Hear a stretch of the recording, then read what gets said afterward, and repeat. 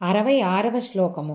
సర్వధర్మాన్ పరిత్యజ్య మామేకం శరణం వ్రజ అహం త్వా సర్వపాపేభ్యః మోక్షయిష్యామి మా శుచః. ఇది భగవద్గీత యొక్క గీతాసార శ్లోకము అని చెప్పబడుతుందన్నమాట. ఏంటంటే దీనిని చాలా చక్కగా మనం అర్థం చేసుకోవాలి. ఏంటంటే నువ్వు చేసే ధర్మాన్ని, నీ స్వధర్మం ఏదైతే ఉందో, అలాగే శాస్త్రం నీకు ఇచ్చిన ధర్మము, శాస్త్ర ప్రకారం సమ్మతమైనది, నీకు స్వభావరీత్యా లభించింది అయిన ధర్మాన్ని అహంకారం లేకుండాను, అలాగే ఫలితాల మీద ఆసక్తి లేకుండాను, కోరికలు లేకుండాను భగవంతునికి సమర్పణ చేస్తూ చెయ్యి. అలాగే ఏ రకమైన కర్తృత్వ భావన పెట్టుకోకు, అహంకారం వస్తుంది దానివల్ల. తర్వాత ఇంకా మిగతావన్నీ కూడా వదిలేసేయి. సర్వధర్మాన్ని పరిత్యజ్య అంటే అర్థం అదనమాట. అంటే ఆ ఫలితాలన్నిటినీ వదిలేసేయి. తర్వాత నన్ను మాత్రమే శరణు వేడు. అనన్యమైన భక్తి గురించి చెప్తున్నారు ఇక్కడ. అప్పుడు సర్వ పాపాల నుండి నేను నిన్ను బయటపడేసి మోక్షాన్ని ఇస్తాను అని చెప్తున్నారు. అంటే ఇప్పుడు ధర్మం అంటే ఇక్కడ అర్థం ఏంటంటే లక్షణాలు, స్వభావాలు, ఈ త్రిగుణాత్మకంగా మనకి లభించిన రకరకాల స్వభావాలు ఇవన్నీనమాట.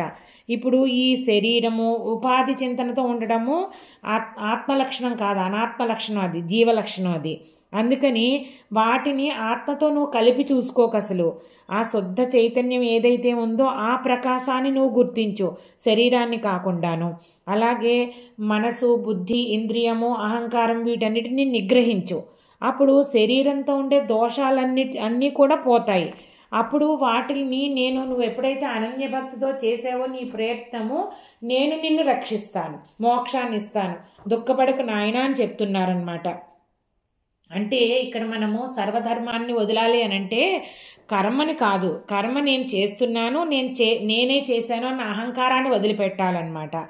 అంటే ఇంకా మనకి మామూలుగా ధర్మాలు అంటే శరీరంకు సంబంధించిన ధర్మాలు కూడా అంటాయంటే ఆకలి, మనోదప్పులు ఇవన్నీ కూడా, ఆకలి దప్పులు ఇవన్నీ కూడా అనమాట.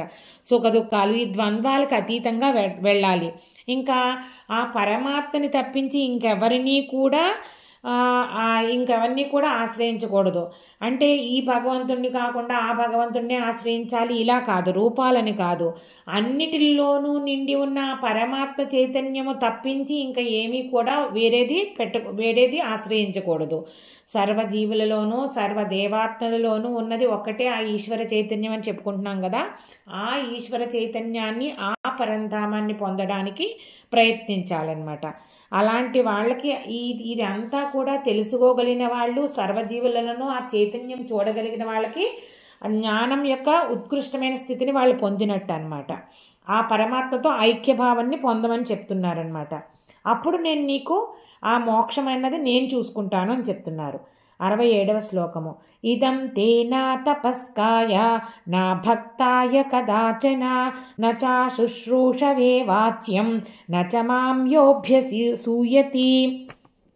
ఈ గీతా శాస్త్రం ఏదైతే ఉందో ఇది బ్రహ్మ విద్య అని చెప్పుకుంటున్నాం కదా.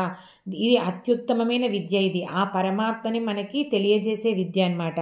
దీనిని ఇంద్రియ నిగ్రహం లేని వాళ్ళు, నియమాలను పాలించిన వాళ్ళు, తర్వాత భగవంతుడంటే విశ్వాసం లేని వాళ్ళు, ఆ తర్వాత సందేహాస్పదులు, భగవంతుడు ఉన్నాడా లేదని సందేహించేవాళ్ళు, ఇలా కాకుండా వీళ్ళెవరికి కూడా, అలాగే వినాలని కోరిక లేని వాళ్ళు, తర్వాత శుశ్రూష గురువులకి శుశ్రూష చేయడంలో శ్రద్ధాసక్తులు లేని వాళ్ళు, అహంకారులు, వీళ్ళందరికీ చెప్పకూడదుట. ఎవరైతే భగవంతుడంటే ఇష్టం లేదో, విముఖంగా ఉన్నారో, ఎవరైతే భగవంతుడిని అసూయ అంటే ఏంటంటే సందేహాస్పదంగా చూడడం, అలా ఉంటారో వాళ్ళకి చెప్పకూడదు అని చెప్తున్నారనమాట. ఇక్కడ గీత అందరికీ బోధింపదగినది కాదు. సన్మార్గంలో నడుద్దామనుకున్న వాళ్ళకి, సాధన చేద్దామనుకున్న వాళ్ళకి, భగవంతుడంతే శ్రద్ధాశక్తులు ఉన్న వాళ్ళకి, గురు శుశ్రూష చేయడంలో ఎంతో వాళ్ళు మంచి బుద్ధి కలగ వాళ్ళకి, వీళ్ళకే చెప్పాలి అని చెప్తున్నారనమాట. 68వ శ్లోకము. యయిమం పరమం గుహ్యం మద్భక్తేష్వభిధాస్యతి భక్తిం మయి పరాం కృత్వా మామే వైషత్య సంశయః. ఎంతో రహస్యమైన ఈ గీతాశాస్త్రాన్ని ఇంకా ఈ భక్తులకి ఉపదేశించేవాడు, అంటే ఎవరైతే గీత వాళ్ళు నేర్చుకుని ఇతరులకు నేర్పిస్తూ ఉంటారో వాళ్ళు కూడా నన్ను పొందగలరు, వాళ్ళు ఇందులో ఏమాత్రం సందేహం లేదు అని చెప్తున్నారనమాట.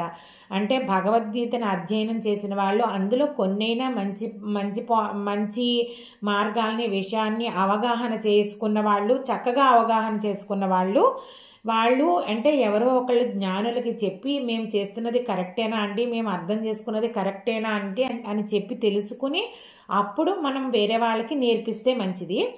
కాకపోతే ఏంటంటే ఎవరైతే ఈ గీతని ఎంతో కొంత అర్థం చేసుకుని ఆ గీత యొక్క భావాన్ని, ఈ నిష్కామ కర్మయోగం దగ్గర నుంచి అన్నీ కూడా చక్కగా పద్ధతుల్ని చక్కగా వివరించిన వాళ్ళు నన్ను పొందుతారు, ఇందులో ఏమాత్రం సందేహం లేదు అని చెప్తున్నారనమాట. 69వ శ్లోకము. నచ తస్మాన్ మనుష్యేషు కశ్చిన్మే ప్రియకృత్తమః భవితా నచ మే తస్మాత్ అన్యః ప్రియతరో భువి.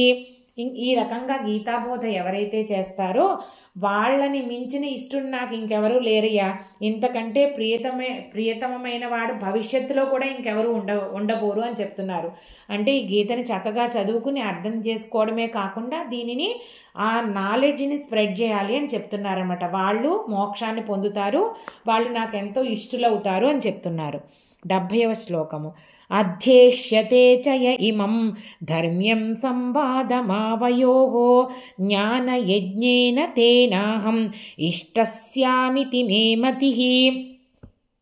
మన ఇద్దరి మధ్య ధర్మం గురించి జరిగిన ఈ చర్చ ఏదైతే ఉందో, సంవాదం ఏదైతే ఉందో, దీనిని చక్కగా అధ్యయనం చేసినవాడు, ఈ శాస్త్రాన్ని చక్కగా అధ్యయనం చేసినవాడు జ్ఞానము అనే యజ్ఞంతో నన్ను అర్చించినట్లే. అంటే ఈ గీత అంతా కూడా మొత్తం జ్ఞానంతో నిండి ఉంది. ఇది తెలుసుకున్నవాడు జ్ఞాన యజ్ఞం చేసినవాడు అవుతాడు. ఆ జ్ఞానం అనే పుష్పంతో నన్ను పూజ చేసినవాడు అవుతాడు అని చెప్తున్నాడు అనమాట. ఇలా చేయడం వలన వాళ్ళకి నేను ఇష్టడు అవుతాను అని చెప్తున్నారంటే వాళ్ళు నాకు దగ్గర అవుతారు. పరమాత్మ గురించి జ్ఞానం తెలుసుకున్న వాళ్ళు పరమాత్మకి దగ్గర అవుతారు అని చెప్తున్నారనమాట. గీతా శ్లోకాలకు అర్థాన్ని సులభమైన వాడుక భాషలో వివరించడానికి ప్రయత్నిస్తున్నాను. నా ఈ ప్రయత్నం మీకు నచ్చినట్లయితే భక్తి అన్లిమిటెడ్ ఛానల్ని సబ్స్క్రైబ్ చేసుకుని మీ అభిప్రాయాలను కామెంట్స్ రూపంలో తెలియజేయండి.